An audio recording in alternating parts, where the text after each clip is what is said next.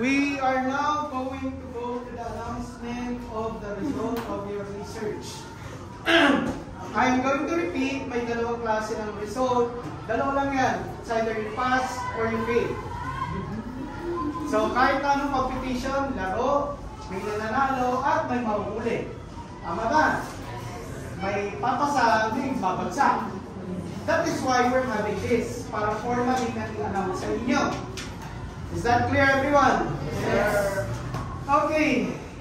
Individual yung ano nyo, yung grades. So, pag sinabing as a group, you pass, lahat kayo pumasa. Pero kapag ano, sabihin ko na may pangalan, yun yung mga hindi nakasama.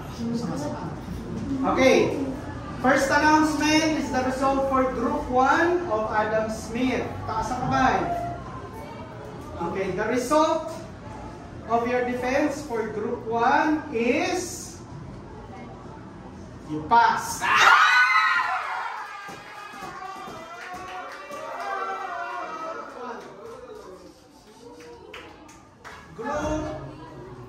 Group 3 muna, Group 3.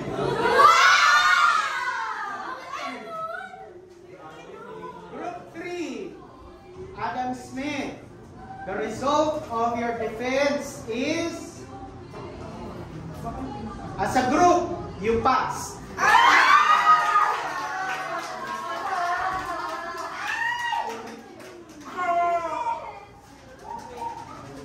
Saan si Group 2? Kasang ko.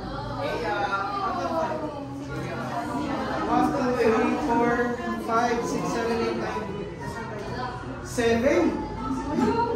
So, ilan ang tatlo? Ang dalawa.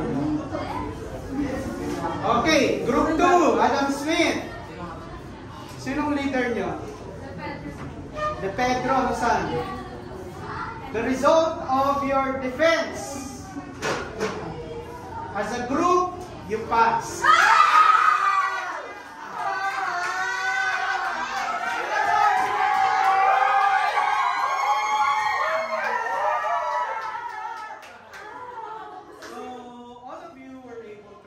Except yung mga absent, automatic naman na yun.